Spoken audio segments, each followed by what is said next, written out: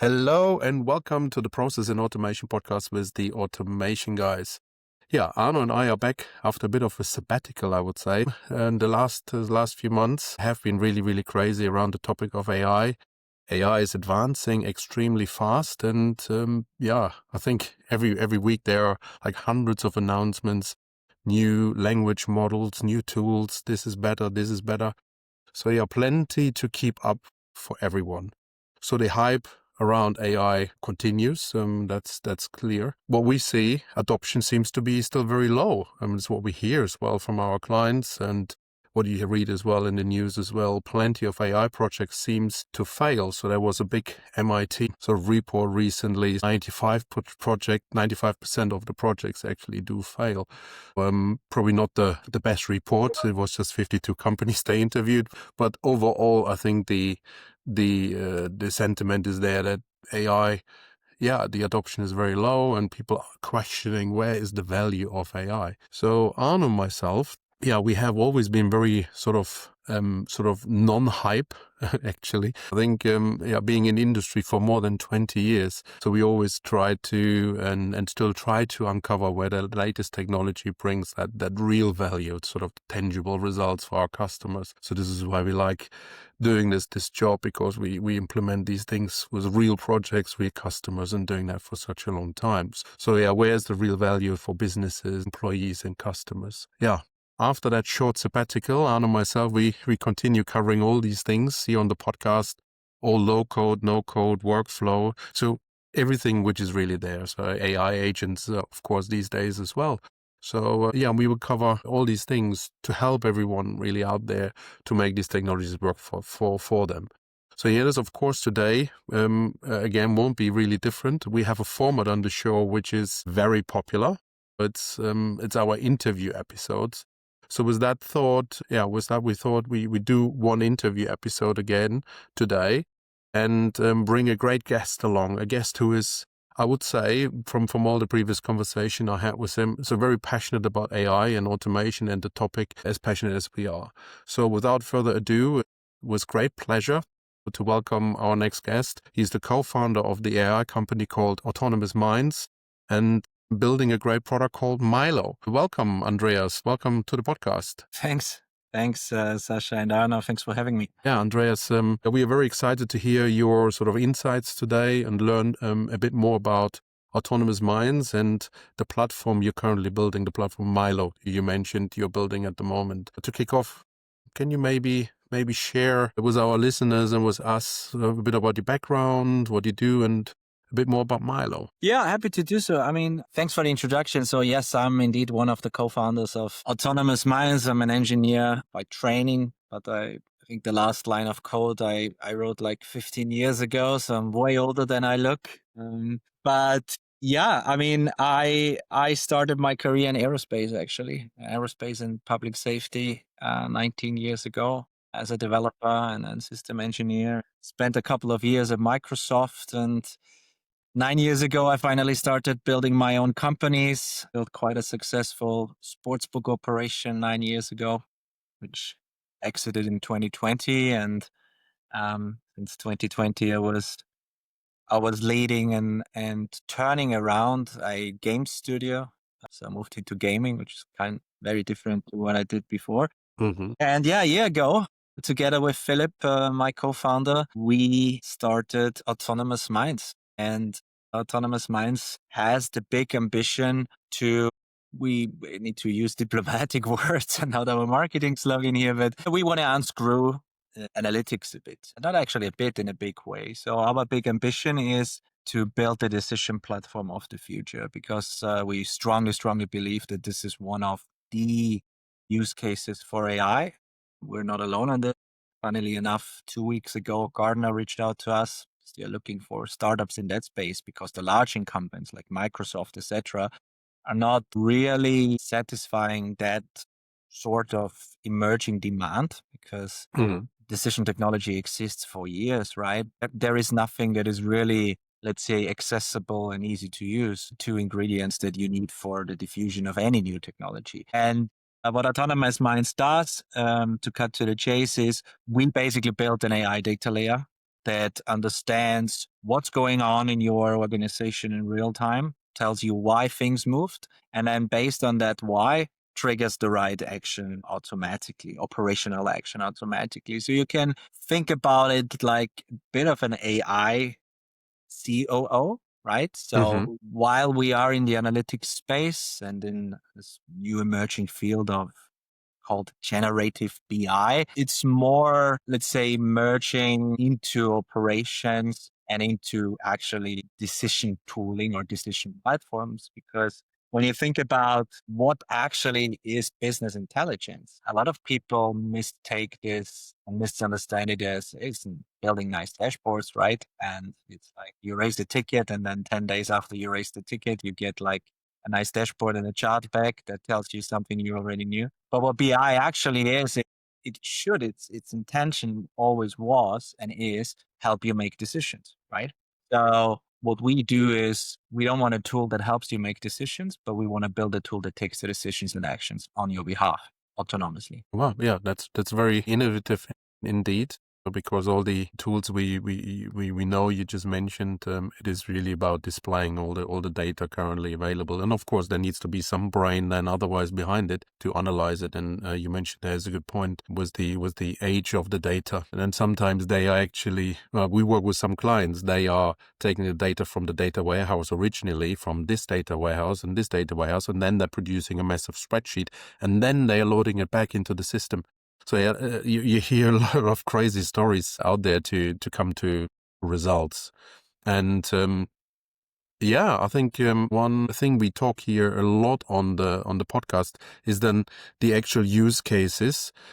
So when you talk about this generative BI, where do you think is sort of the biggest use case for that? So you touched on this briefly, but maybe you have some impactful sort of stories already, or some impactful vision for the product. I mean, the big use case is always what we call, sounds a bit abstract, but it's really important, is this why, right? Because that's the huge differentiator. That's the huge value creation, or where the value creation happens. Because traditional behind analytics usually tell you the what. As we said, you get the dashboard, you see that, I don't know, your Q4 pipeline is trending down, but that's not what you want to know. What you want to know is, why does it trend down, Yeah. right? Like, think about the user in any business. And I'm not talking about what we call the technical user, like the data analyst or the data scientist, like the person who requests certain data or an analysis or a report, right? What they want is an answer to a particular question.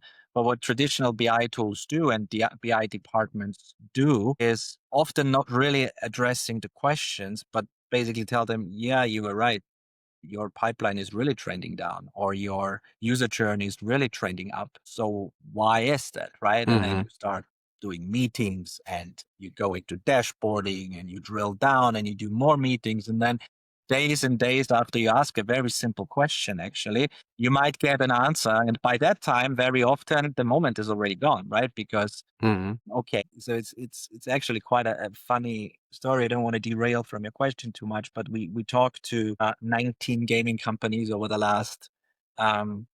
the last 3 weeks, and 16 of them, so 84%, admitted that their analytics is a complete mess, and the majority of them, like 11 out of these 19, said that the moment they get the answer to their question, nothing happens because it's too late anyways, right? So it gives you a bit of a feeling of how big the opportunity out there is, right? In terms of just revenues, or as I said, the example of user churn, etc., you leave on the table.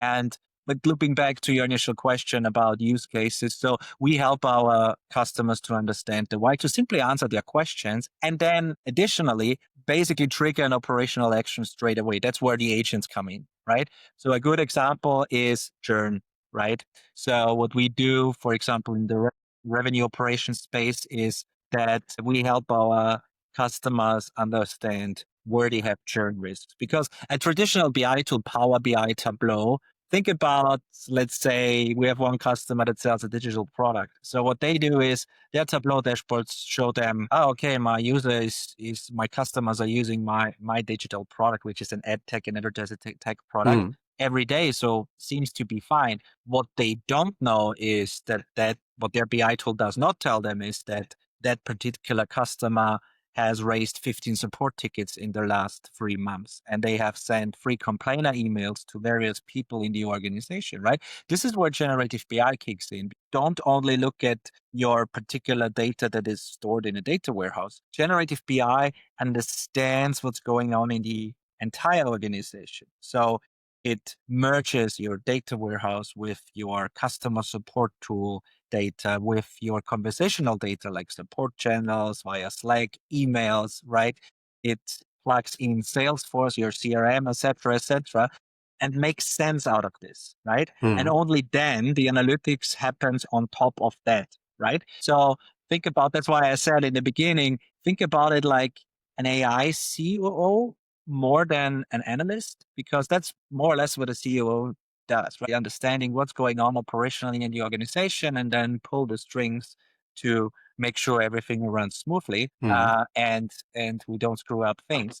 And that's, for example, a use case in churn analysis or in risk analysis with a customer that does risk analysis with our product, because it's so powerful. What usually happens is you start with a small use case, and then the magical thing happens where our users understand, moment, this thing understands really what's going on in the entire organization, not only in my department. The use cases naturally expand at the speed of light, and the sort of questions that our users can ask now and get answered instantaneously, not with a dashboard, right? You can have a dashboard, we also do that, but that's a feature, not the value proposition, right? So that expands like crazy and is an extremely interesting field. We believe that this will be one of the fastest growing disciplines in applied AI that we will see in the next couple of years in organizations. Yeah. Yeah. Oh, wow. Yeah. Very valuable. Yeah. Yeah, it sounds fascinating. I guess a lot of people is always talking about data intelligence or getting insights from data. But I think having the ability to actually act upon those kind of, I suppose, almost real time using agents is really valuable. I mean, we see a lot of the kind of traditional report consumption, decision making processes still, which in effect is very cumbersome, and a lot of people are actually sort of starting to understand that, if we do see patterns with inside data, can we deploy an autonomous agent to actually catch an exception somewhere and deal with it? So I could see that the value your product can bring to organizations, and there's definitely a drive to extract insights, but also in a way that it's contextualized well, like you said. So not just our sales numbers are down, but it's looking at a wider sort of scope or wider lens. And I guess from an agent development perspective, deploying agents to do something about it, right? So that sounds very, very fascinating.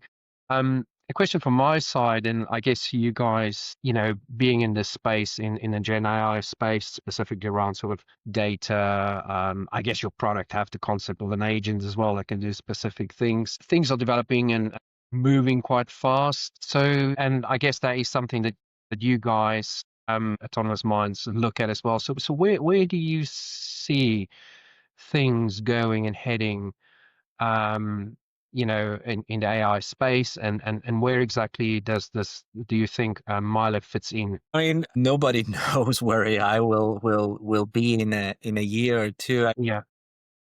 I think a lot of people saw all these memes that are going around in the last few days, where you see Sam Altman claiming, I think it was last year, that we will soon, like this year, next year, cure the first variants of cancer. But what they did now is releasing erotica, right? Like instead. So it's very hard to predict anything. But I mean, jokes aside, this thing is here to stay. It creates value. I think everybody feels that. You cannot call this a fad anymore. I think these voices I think they will vanish soon. The question is always, of course, this debate about AGI or ASI. I think this is still probably 5 to 10 years away, also based on what we see, what we do, the issues we experience and the problems we try to solve, I mean, you would be surprised how much of our AI native solution is actually good old functional code. Like it's massive. I give you an example. The biggest challenge that we have to solve is hallucination, because we're dealing with a lot of our data, of the data we deal with. So we deal with quantitative data and with structured and unstructured data. Yeah. When you deal with a lot of unstructured and qualitative data, hallucination is a problem, but it's not affecting you so much. I'll give you an example. If you use ChatGPT to help you to craft a 3-year marketing strategy, you don't really feel if 95% of it is accurate and 5% is hallucinated, right? That it still feels overall okay, and you will still be happy and it will still be useful because it is a fuzzy concept. Whereas when we talk about the analytics space and when we talk about a lot of quantitative data as well, you cannot put the wrong number in front of a CFO. Like, it's not okay to show them 95% correct numbers, right? This doesn't exist in Yeah. that world. So this is a huge problem. And we solve this by, for example, do all computations with code. So we don't use LLMs or any sort of AI to do maths, because LLMs traditionally are quite bad with maths. So from that perspective, I said, I still think that this whole AGI thing is still a few years away. It probably needs a few revisions of the current transformer-based architecture. It's probably, and you see a lot of very, very powerful and influential scientists like Jan LeCun and even Andrew Karpathy coming out last week saying it's 10 years away, because first of all, we need to ensure that these things are good with science and maths before we can actually expect them to invent new things, right? Which is intuitive, but I think these voices were a bit over, or got a bit interfered by all the buzz we saw on social media. So it's heading into the right direction. Right direction, I mean, it will become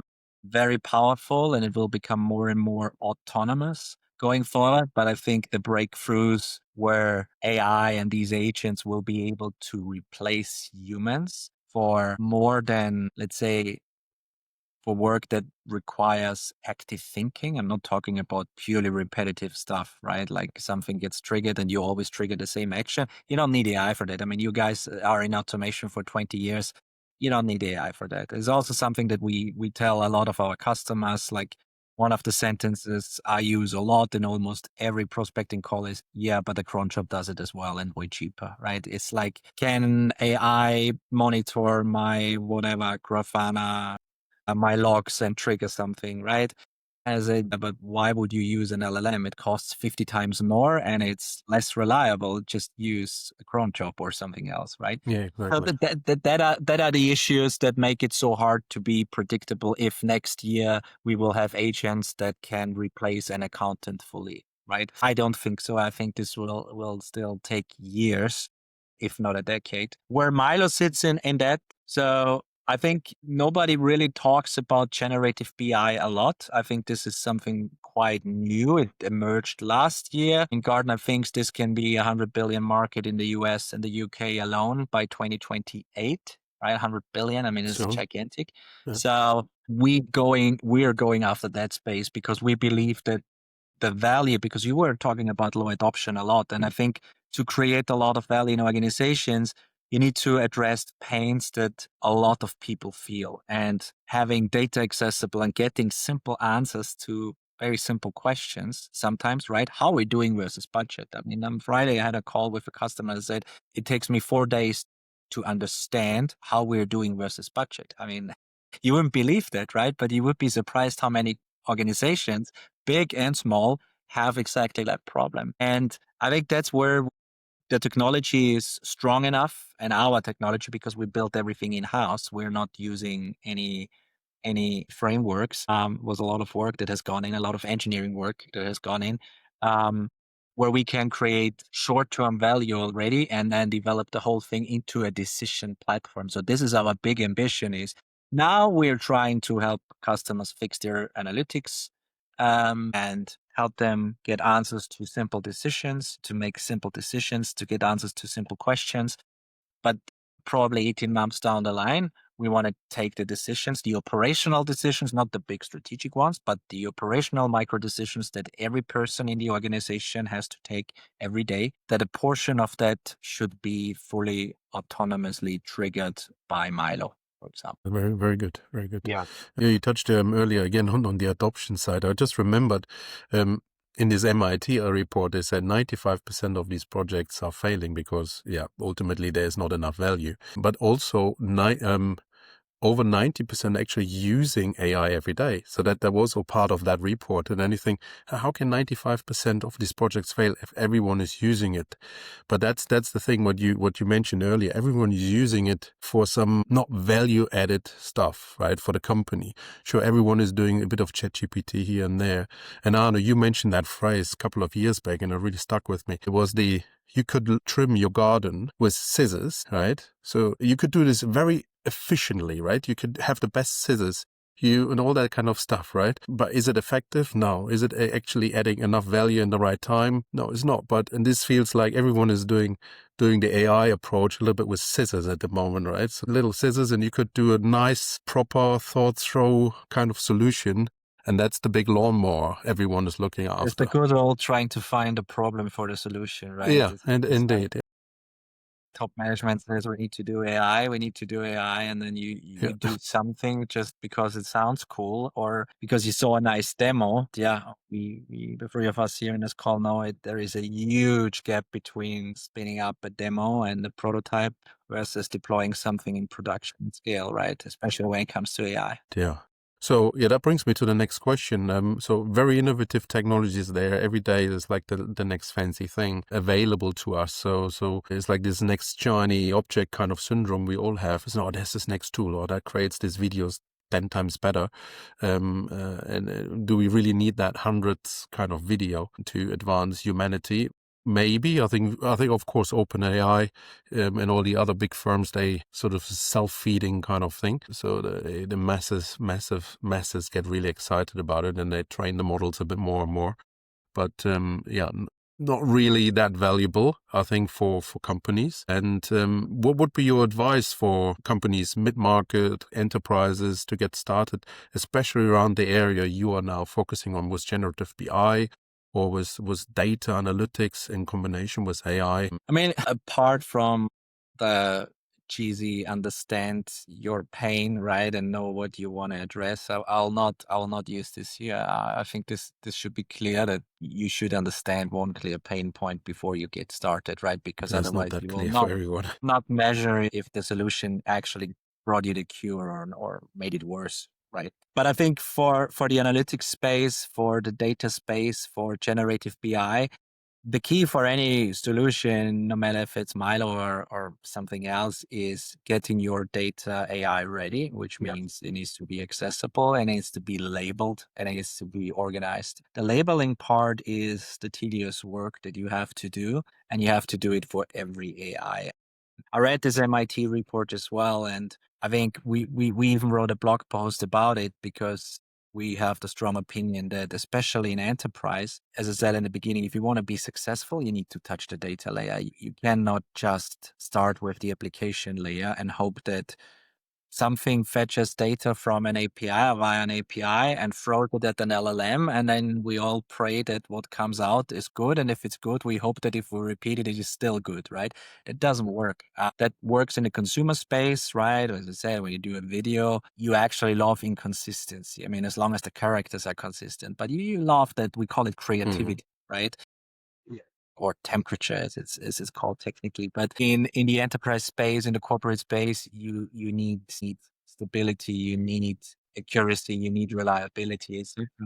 And the only way to achieve that is quite simple, by getting your data AI ready. The key to it is, just to repeat myself, is labeling. So what you do with labeling is you basically literally attach a label to your data. It can be on a table level, it can be on a column level. For unstructured data, you can attach metadata to your data objects that tells the AI what it represents, right? What does this piece of data, what does this data object within my organization represent? And if you don't do this, any AI product will fail, right? Because This is the essence. And the AI is not magic. If you don't do this, AI will start doing guesswork, right? So it will come up with something, but it will just guess. It's not guessing, but it's just all based on probabilities. But it will mess things around. Sometimes that might be accurate because if you have structured data and your column name is revenue, then and it's the only column that is called revenue, well, it will kind of work, right? But the moment you have a more complex organization and you have maybe multiple revenues or you have multiple tools that hold revenues that might not necessarily be the same, right? Like we had a customer that has a revenue in one data warehouse where the revenues are calculated in euros based on the daily foreign exchange rates, right? And then there is another set of revenues that are based on invoices that takes the FX rate based on the last day of the month. So you can assume that there is always some discrepancy, right? That was a brilliant case to illustrate the exact problem I just mentioned. How can the AI know which revenue, for example, which revenue field to take, right? And if you don't tell it, then you end up exactly with what I just said. It will spit out something based on best endeavor and based on probabilities that happen under the hood. And you will fail immediately. So long story short, get your data in order, get your data labeled, make it accessible. Then you increase your chances by multiples to be successful in an organization. What is the best approach for companies to approach that labeling? I mean, some of it, I can tell you how we do it. Some of it can be done automatically. So some of it is done by AI because what you usually do is you give the AI instructions. So before it starts to label things, you give it the background of the table. So you could say, okay, this table holds Salesforce data and what you will find this is X, Y, and Z, right? Mm-hmm. Or you give it, for example, a sales process as a piece of document, right? Like you give it context. So it starts to learn and understand what it can possibly find in your data. And that helps a lot with labeling, right? And then still a human needs to review that because it won't get everything right. So as I said, you have 3 different variants of revenues. The AI will not smell, it is not magic, cannot smell which revenue represents what. So the human still needs to do just a validation, verification loop, right? So the human in the loop comes in here again and just says, okay, this is correctly labeled. If not, change it manually. This is work you have to do. If companies promise you something else, they will probably lie to you. I wouldn't trust them. It's just how things work, right? So it's a mix of automated AI driven exercise that is done by a model or is done by an agent using some models. But there is always a human in the loop that needs to jump in and needs to take a look if this is correct now. And I can tell you when we look at our support tickets and we look at, I don't know the numbers by heart, but I can tell you whenever somebody complains about wrong results, the vast majority, and we are talking about 90% plus, is usually bad labeling, right? Mm-hmm. Or the customer plugging in data that isn't labeled at all. And then obviously the smartest model and the smartest AI will get confused because there is something new that I have no clue what this is about, right? Mm-hmm. And sometimes it decides to fetch data from the news source without knowing what it represents. And then it shows up somewhere and it looks like a hallucination, but it usually is not a hallucination. It's just a wrong piece of data that exists somewhere, but is out of context. Yeah.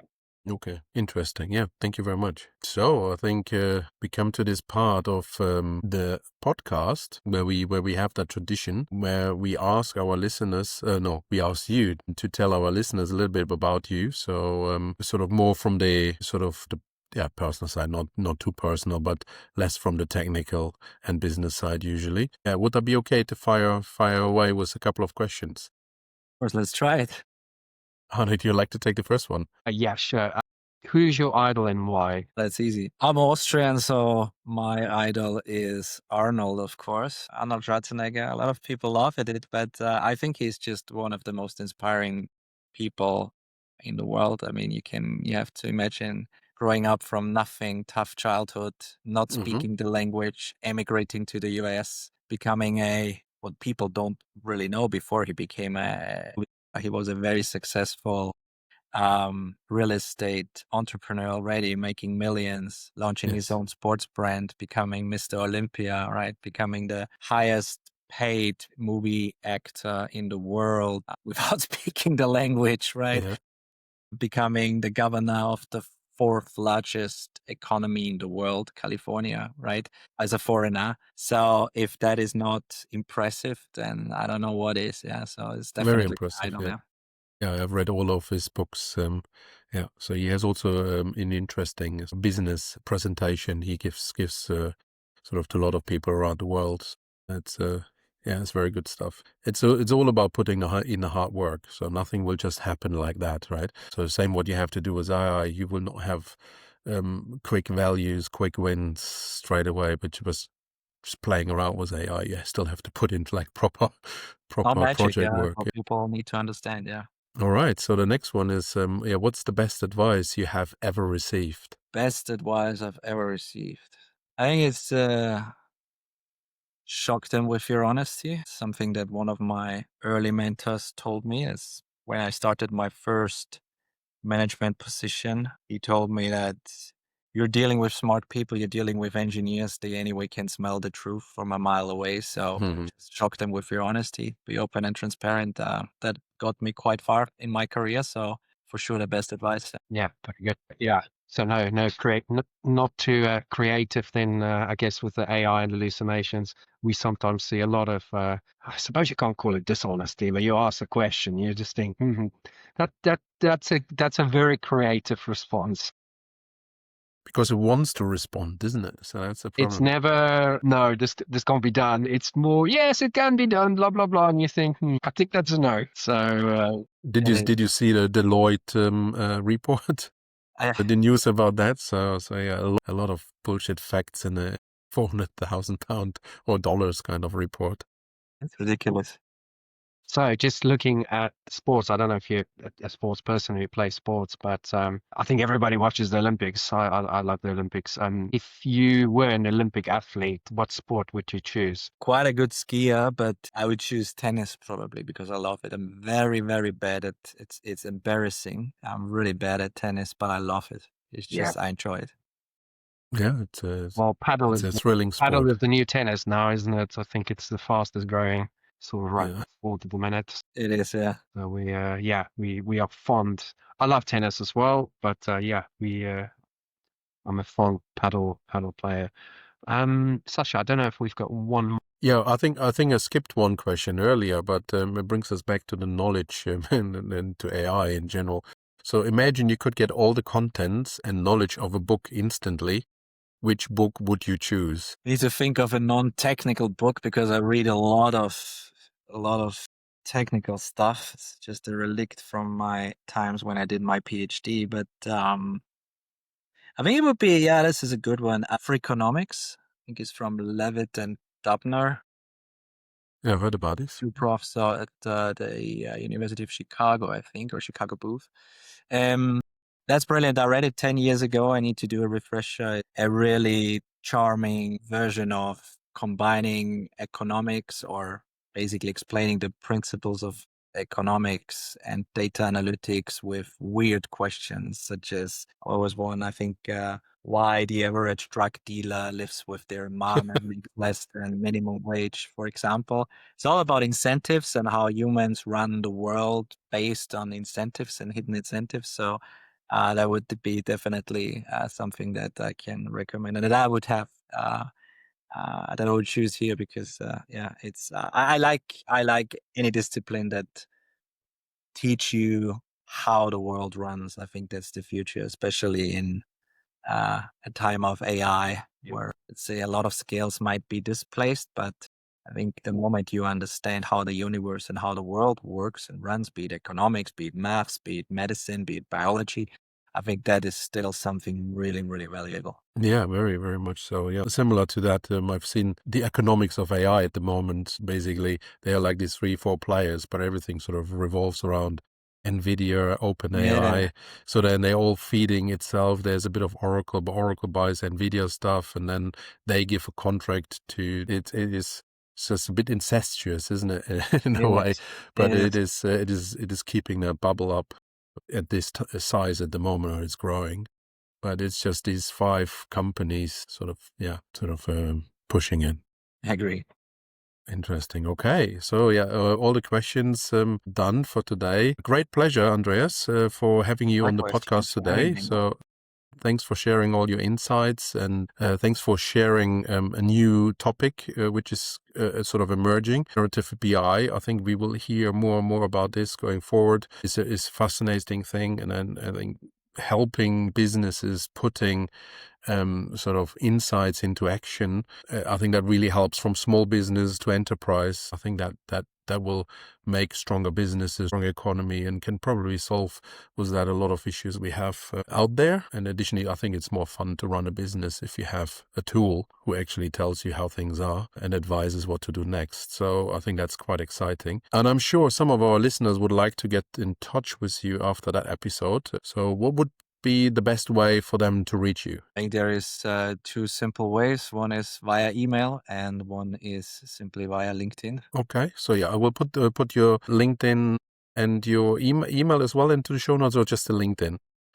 Yeah, let's start with the LinkedIn. Yeah. Yeah. Okay. Perfect. And you mentioned, okay, you're launching sort of the product more and more to more sort of people who are interested. Is it okay to put sort of the sign up link as well onto the 100%. show notes? We Perfect. have a very interesting sandbox demo environment, so you can sign up free of charge, of course. Takes a minute, and then you can play around with some data sets and some scenarios to get and see how Milo works. Perfect. Yeah, that's exactly sort of our listeners. They are very keen on sort of practical advice and like to get their hands dirty straight away. I think that's perfect. So we will put that in the show notes, and then they can reach out straight away and get started. Yeah, fantastic. Yeah. With that, we are coming to the end of the episode. Thanks again, Andreas, for joining us. And and also a big thank you to all our listeners. Yeah, and of course, as always, so we had a bit of a sabbatical, but now we will be back with another episode very soon. And until then, let's automate it.